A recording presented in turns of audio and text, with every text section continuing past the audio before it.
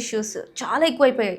Like school నుంచి గానీ, college నుంచి రాగానే కూర్చొని కొంచెం కదిలిచ్చినా సరే, నాకు స్ట్రెస్ ఉంది, నాకు చిరాకొస్తుంది, ఇలాంటివన్నీ యూజ్ చేస్తున్నారు. సో, ఇది ఎందుకు అండ్ దీన్నెలా మనం ఆపగలుగుతాం? యాహ్! ఈ జనరేషన్‌లో ఎక్కువ చూస్తున్నాం మనము. దట్ స్ట్రెస్ అనే మాటని అర్థం చేసుకోకుండా వాడేస్తున్నారు. హ్మ్. ఎప్పుడు మనుషులకి 2 రకాల స్ట్రెస్‌లుంటాయి. ఒకటి స్ట్రెస్, 2 డిస్ట్రెస్. స్ట్రెస్ మంచిది. కొంతన్నా స్ట్రెస్ లేకపోతే డెవలప్ కాము. ఇప్పుడు జిమ్‌కెళ్ళి ఎక్సర్సైజ్ చేస్తున్నాం అనుకోండి. కొంత స్ట్రెస్ చేస్తాం బాడీని. సో, మనకు మజిల్ వస్తుంది, స్ట్రెంగ్త్ వస్తుంది అట్లా. డిస్ట్రెస్ అనుకోండి, సడెన్‌గా ఒకటే రోజు బరువులెత్తాం, నడుము పట్టుకుంటుంది. ఆహా! సో, డిస్ట్రెస్ మనము హ్యాండిల్ చేసే కెపాసిటీ లేకుండా ఎత్తుకునేది డిస్ట్రెస్. హ్యాండిల్ చేయగలిగేటట్టుగా ట్రైన్ చేసుకునేది యూస్ట్రెస్. యూస్ట్రెస్ మనకి మంచిది, కంపల్సరీ. ఒక విత్తనం మొలకెత్తాలంటే ఆ సీడ్ మీద మట్టి ఉండాలి, అప్పుడే అది బయటకు వస్తుంది. అది యూస్ట్రెస్ విచ్ ఇస్ గుడ్.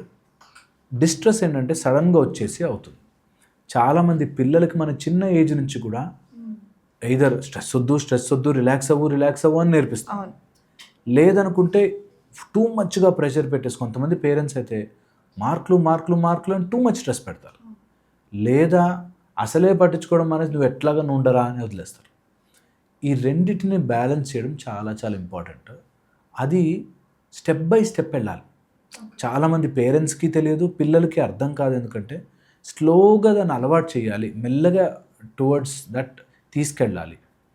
ఇందులోనే చాలా కన్ఫ్యూజన్స్ వచ్చేస్తాయి.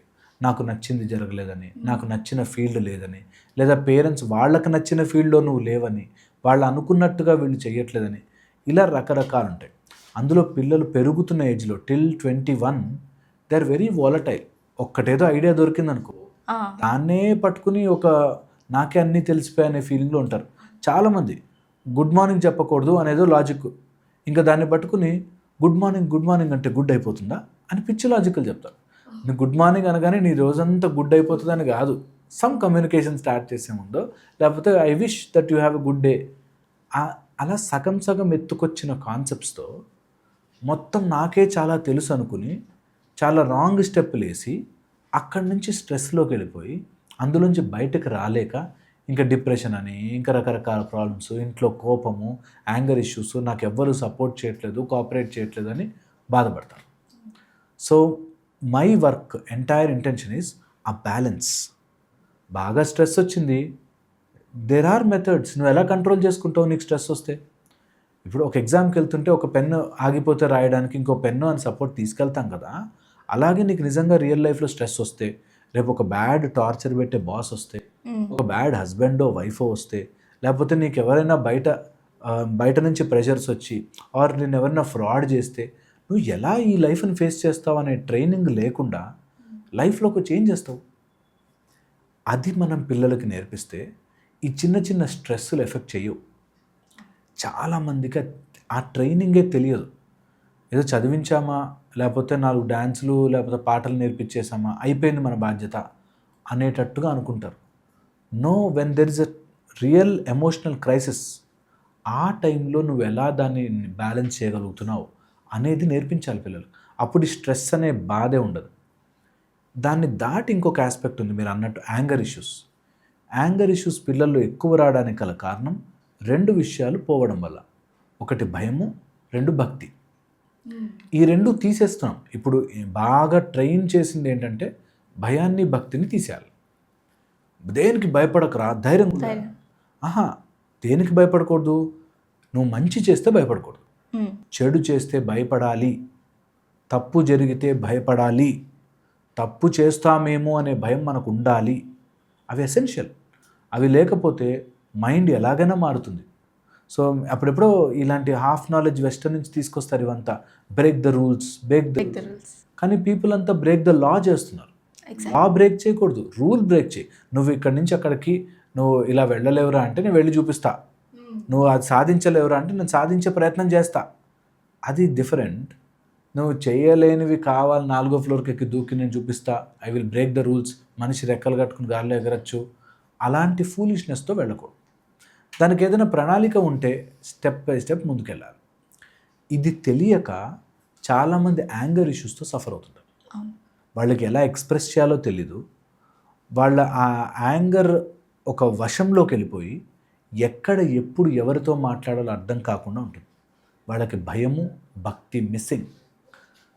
మా అమ్మతో ఈ మధ్య పేరెంట్స్తో రూడ్గా మాట్లాడి, స్టాఫ్తో, టీచర్స్తో, గురువులతో డర్టీగా బిహేవ్ చేసి, ఒక స్టేజ్ వచ్చాక నీకు ఎవరో ఒకళ్ళు చూస్తారే, అటు దేవుడో కానీ, ఇటు లా కానీ, ఇటు పోలీస్ వ్యవస్థ కానీ, ఆర్ నేను ఇలాంటి తప్పు బిహేవ్ చేస్తే మా అమ్మ నాన్న చూస్తారా, సొసైటీ చూస్తుందిరా అనే ఒక భయం తీసేస్తున్నాం.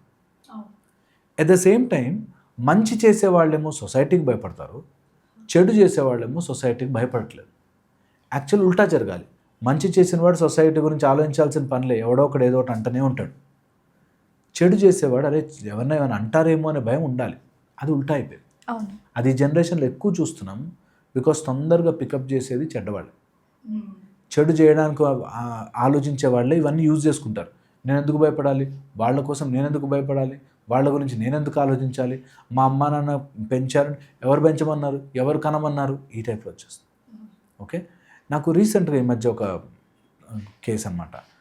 మా మదర్ ఫాదర్ నాకు మంచి లైఫ్ ఇవ్వట్లేదు, మా ఫ్రెండ్స్తో కంపేర్ చేస్తే నాకు లైఫ్ మంచిగా ఇవ్వట్లేదు అని ఒక అమ్మాయి కంప్లైంట్ చేసింది. చిన్నపిల్ల, 10th క్లాస్ కూడా 9th క్లాస్.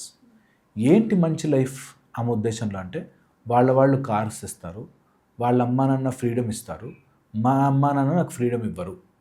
ఏంటి ఫ్రీడమ్, నీకు కావాల్సింది ఏంటి ఫ్రీడమ్ అంటే, ఫ్రెండ్స్తో బయటకు వెళ్ళడం, నైట్ 12 o'clockకి బయటకు వెళ్ళి కేక్ కట్ చేసుకోవడం, బర్త్డే 9th క్లాస్ బయటకు వెళ్ళి ఫ్రెండ్స్ అందరితో కేక్ కటింగ్ చేయడం, ఇలాంటివన్నీ చాలా గొప్ప విశేషాలు. చాలా నాకు అసలు ఎంత అడ్వాన్స్డ్ ఫ్రీడమో అది. నా ఫ్రీడమ్ని మా అమ్మ నాన్న తొక్కేస్తున్నారు. దీనికి కావాల్సిన కంటెంట్ మసాలా మనం సోషల్ మీడియా ద్వారా అందించి పిల్లలు అలా మారకూడదు అంటే ఎలా? ఖచ్చితంగా మారుతారు. ఇప్పుడు ఒక గొప్ప సెలబ్రేషన్ అంటే ఎగ్జాంపుల్ ఏంటి తెలుసా? మందు తాగడం, ఓకే, సిగరెట్లు తాగడం. ఒక స్టైల్ అంటే ఏంటి తెలుసా? ఇట్లా సిగరెట్ తాగి ఇట్లా రింగులు వదిలితే వాడు స్టైల్. ఎలా అవుతుంది స్టైల్? అది నీ లంగ్స్ పాడు చేసుకుంటున్నావు కదా అని చూపించారు ఎక్కడ. నువ్వు అలా సిగరెట్ తాగి మందు తాగితే స్టైల్, రిలాక్స్ అవుతున్నాడు, కూల్ అనేటట్టుగా మైండ్లో రుద్ది, బయటకు మాత్రం సిగరెట్ మందు హానికరం అంటే నో, పీపుల్కి అది అర్థం కాదు. వాడు ఆ రోజు ఇట్లా కొట్టి హీరో ఇట్లా ఎగురుతుంటే, ఇట్లా సిగరెట్ తాగుతుంటే స్టైల్ అని చూపిస్తున్నాం. కాదని చెప్పండి చూద్దాం, అవ్వదు, నిజమే అది. సో అందుకని పిల్లలకి ఆ కన్ఫ్యూజన్లో నేను ఎవరికి భయపడాలి, నాకెందుకు, నాకు అనుకున్నట్టుగా జరగకపోతే కోపం, వీటిలోకి వెళ్ళిపోతారు. దీనివల్ల సఫర్ అవుతారు. దీనివల్ల ఫ్యూచర్ అంతా పిల్లలు ఎవరెవరి చేతిలోనో బందీ అయిపోయి, ఎవడో ఒకడు వస్తాడు ఇన్ఫ్లుయెన్స్ చేసేవాడు, వాడి పర్సనల్ ఎజెండా కోసం ఇన్ఫ్లుయెన్స్ చేసేస్తాడు. దాని తర్వాత లైఫ్ స్మాష్ అయిపోతుంది. ఇంకా వెనక్కి రాలేరు, ముందుకి పోలేరు. పేరెంట్స్తో ఫైట్, పేరెంట్సే ప్రశాంతంగా ఉండరు, వాళ్ళ లైఫ్ ప్రశాంతంగా ఉండదు. ఇంకా అటు తిప్పి ఇటు తిప్పి సొసైటీ మీద, గవర్నమెంట్ మీద, లేకపోతే పక్కన వాళ్ళ మీద, నా ఫ్రెండ్ మీద, నా గర్ల్ ఫ్రెండ్ నన్ను వదిలేసిందాను, లేకపోతే బాయ్ ఫ్రెండ్ ఇలా చేశాను, దాంట్లో ఉండిపోతారు. అవును. అలాగే మీరు అన్నట్టు స్మోకింగ్, డ్రింకింగ్